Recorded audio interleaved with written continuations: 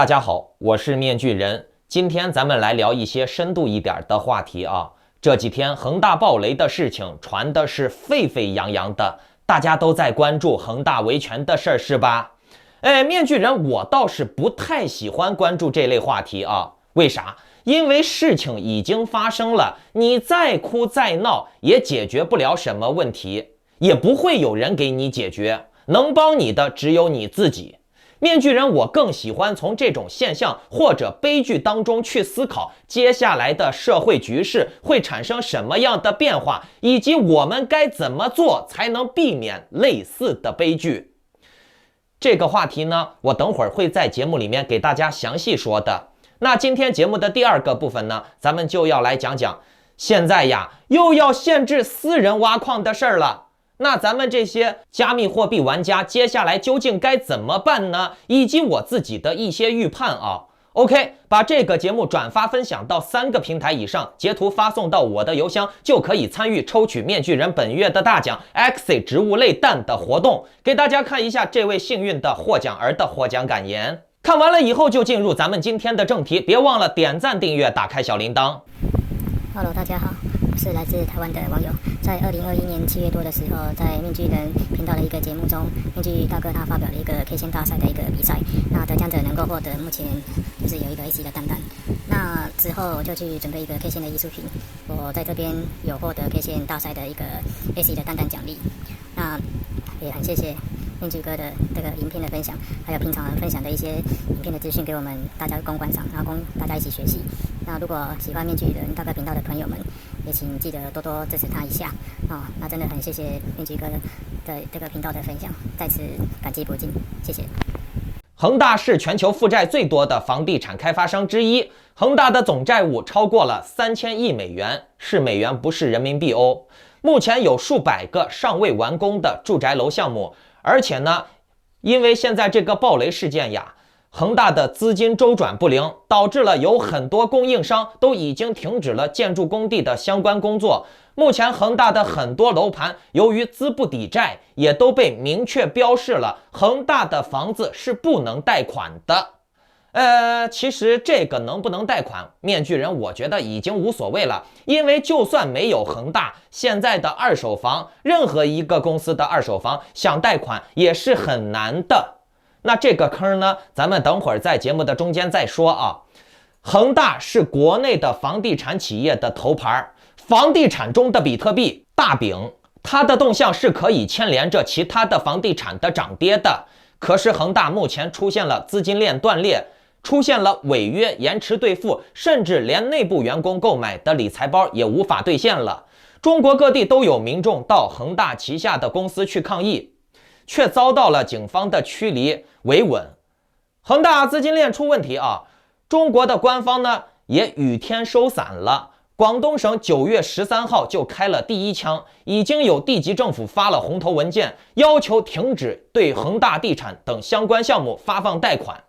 从这里可以看出来啊，政府是不愿意救恒大的。如果你们觉得这个还不能证明共产党不愿意救恒大，大家可以回想一下啊，来看这张图。之前是不是有一个限跌令？前几个月恒大本来是想降价卖些房子来渡过难关的，可是共产党自己却出了一套限跌令，而且明面上就说明了是针对恒大的。现在共产党已经把这些文章删了，我们只能够搜到一些标题，可是呢点进去却是文章已被删除，或者是404找不到网站。不信的你们等会儿看完节目可以自己去搜一下。你们有经常看抖音的观众应该都能知道，网上带节奏喷恒大降价卖房的狗腿子博主是多如牛毛的呀。那么这就有一个矛盾出来了啊，共产党天天说要降房价，让老百姓买得起房子，住得起房子，可是为啥你看啊，他却又设置了户籍政策、社保政策、学区房、学户房，以此来增加房子的附加值，来抬高房价，带头炒房。你说共产党要降房价，可是他自己还出台了一个限跌令，不让他降价，不让房子下跌。这像是要降房价吗？其实还有更恐怖的黄雀在后呢。是什么啊？大家来看这张图啊，负债率过高的都是民营房地产企业，国有的房地产企业一个都没事儿。面具人在标题中也说到了开启新时代，观众朋友们，真正恐怖的还在后面呢。你们想不想要看点恐怖的东西，听点恐怖的东西？来，我放给你们看，准备听这个音效啊，准备好了没？嘿嘿嘿，开玩笑的，这一次就不给大家放我的经典鬼叫了啊。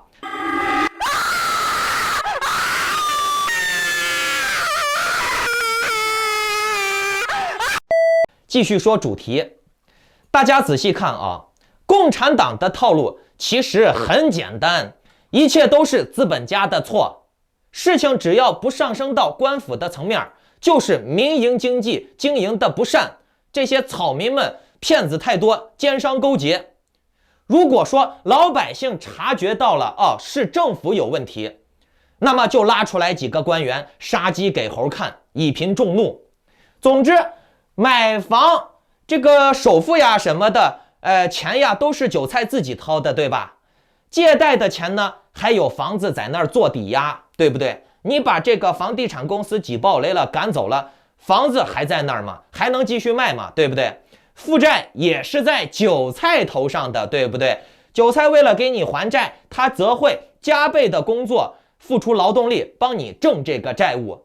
更何况以后还有数字人民币，可以无死角的去敦促韭菜、监控韭菜、提高韭菜的劳动力，对不对？可以说民企房地产出问题是共产党一点都不怕的。韭菜们吃亏了，只需要抖音微博带个节奏，就能让韭菜把怒火发泄到民企头上啊！这些奸商黑心资本家，打倒他们，要让他们均贫富，对不对？再不济还有官员背锅嘛，对吧？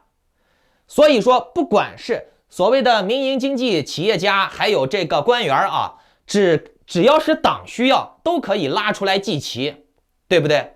总之呢，把这些人除掉了以后，我党还能出来做好人，为民请命，惩奸除恶，名利双收，对吧？共产党在这种事件上是一点都不吃亏的，甚至他还占便宜了。所以呢，你看共产党他则在关键时刻还不救恒大，故意断了恒大的后路。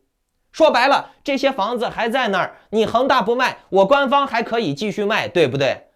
出问题的都是你们来背锅，好处都是我拿，听懂了吧？总之呢，就是可以打击民营企业的公信力，而顺势抬高国有企业的影响力、公信力。实在不行呢，还可以搞一个什么公私合营、换皮之类的公司还是那个公司，可是里面的东西已经完全变了。反正这些老百姓、渔民们，他的脑子也转不过来，对不对？这种玩法，我去年在节目中有提到过，房地产的节目我都已经多次给你们讲解过了。让你们手里面有房的人赶紧抛售自己的房子套现，否则呢，以后就来不及了。就这，有很多观众还给我写信发邮件说，哎呀，我这个房子是中国最好的房地产公司恒大的房子，值钱得很以后还有升值空间呢，不卖也没事儿。面具人，我就想问问你们这几位观众，不知道现在还有没有看我节目现在爽不爽不听面先知我的话，那你的结果就是这样，对吧？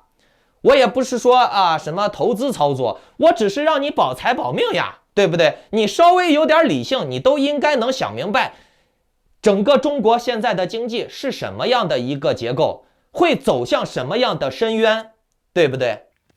总之呢，现在就是利润不够分了，懂了吧？把这些民营经济企业家全部集齐了以后，共产党他自己就可以走向一个新时代，就类似于原来那个大公社呀啥的，所有的企业住房都是由党来给你分配，收多少钱整个市场经济都是由党来调控的。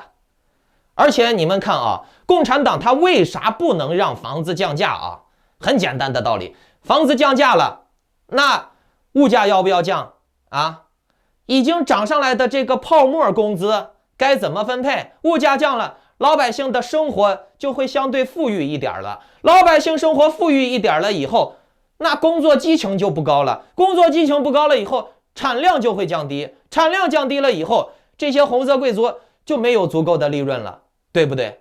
听懂了吧？这就是统治哲学。其实把民营房地产企业搞死了以后，这些倒霉的房东呀，无所谓，杀一批留一批，剩下的摊子呢，党就可以自己吞并，然后呢再二次销售。总之呢，我党已经是伟光正了，能帮你们处理1/3的人都已经算很不错了。谁敢黑我？谁敢黑我？我最起码还能发动人民斗人民，对吧？我刚说了，杀一批留一批啊，总会有那些为了利润而跪舔我的人，对吧？那华人这种为了钱去跪舔，太常见了。你别说是这个中国人啊，大陆人会为了钱去跪舔。我告诉你，华人有些人啊，他不为了钱他也跪舔。你去看台湾的那些绿区，最起码人家小粉红还知道啊，厉害了，我的国厉害强大，灭你打你抢你啊，武统你。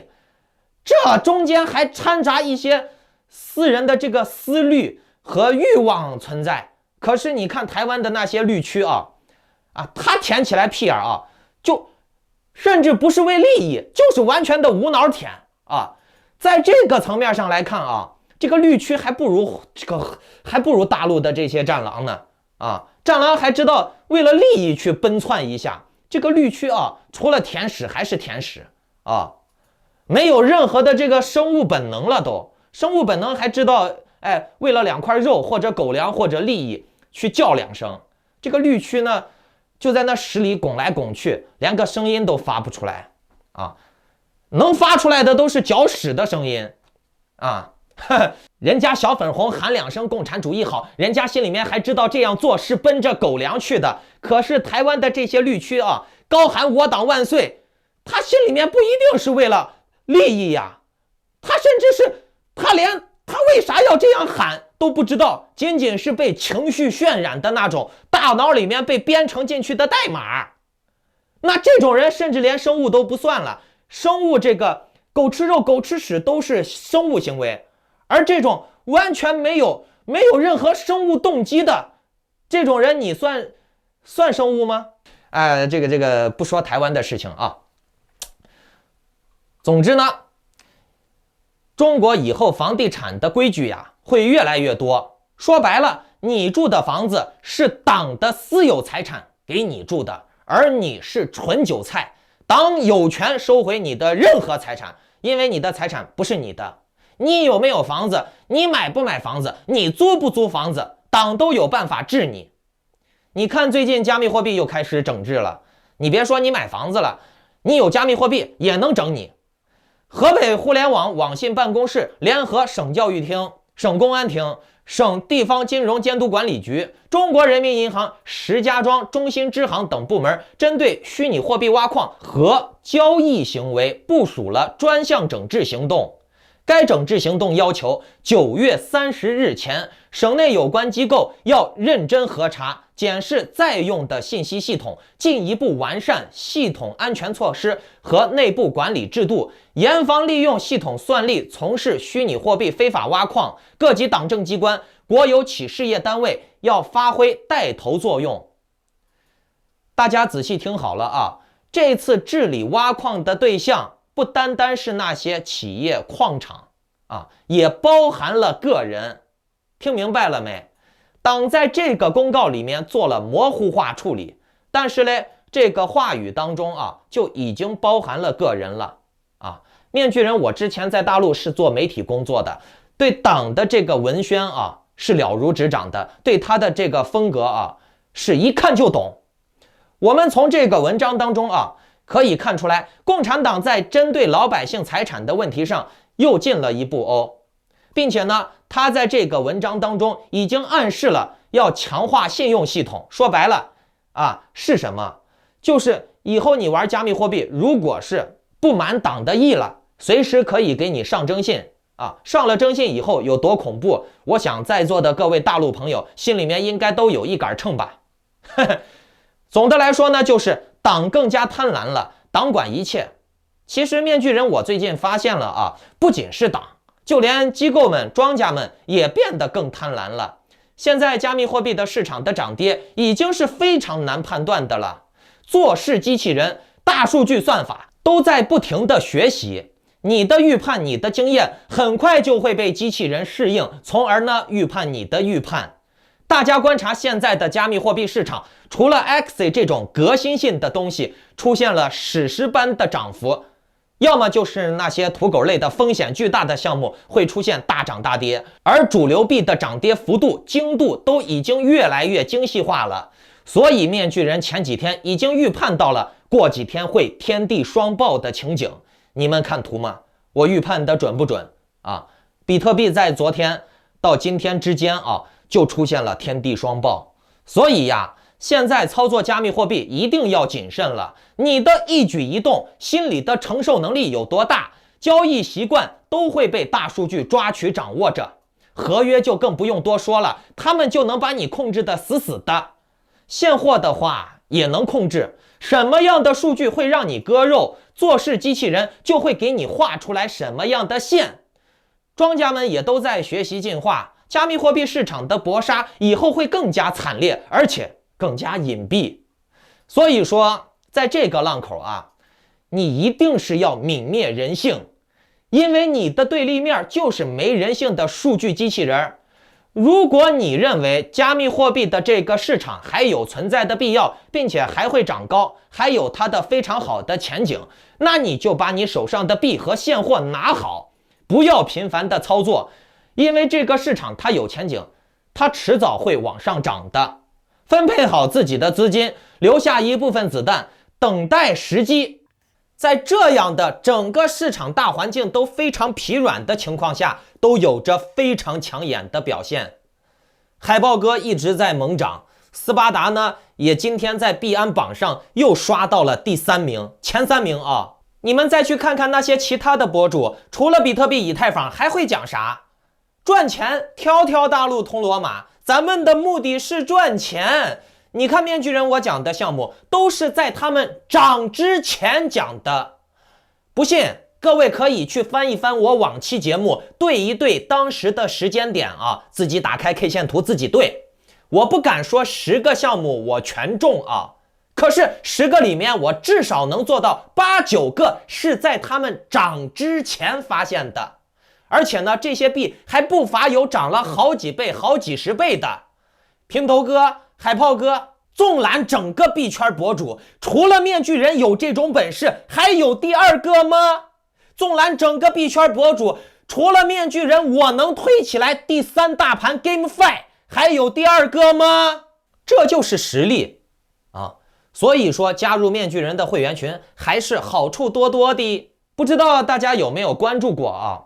现在有很多有资金实力的玩家都已经把目光投向到了 IDO 和一些预售消息，比如 Axie 土地、塞拉的盒子，还有 CYT 的预售。说白了，早早的去投这些项目，就是为了占一个先机，占到初始的位置，自己的利润就永远是最大化的了。大家也都知道，面具人我从狗狗币开始就带人从最早开始布局，尤其是 Axie 塞拉。都是从它最初始就开始布局的了。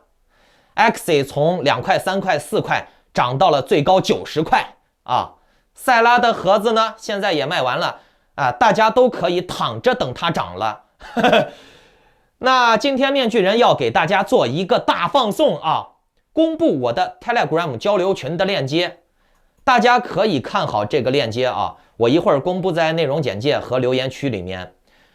只要进了这个链接，到了这个群里面啊，有什么好处啊？那就是我会在适当的时机，在这个群里面公布一些我接下来对接的项目的最早布局的位置，比如类似于 Axie、塞拉这种实力项目的先机。当然了，最早进场布局的肯定是留给我的会员的。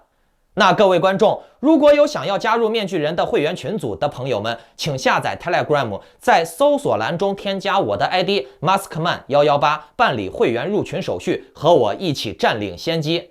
那好，我们群里面再见，拜拜，祝你好运。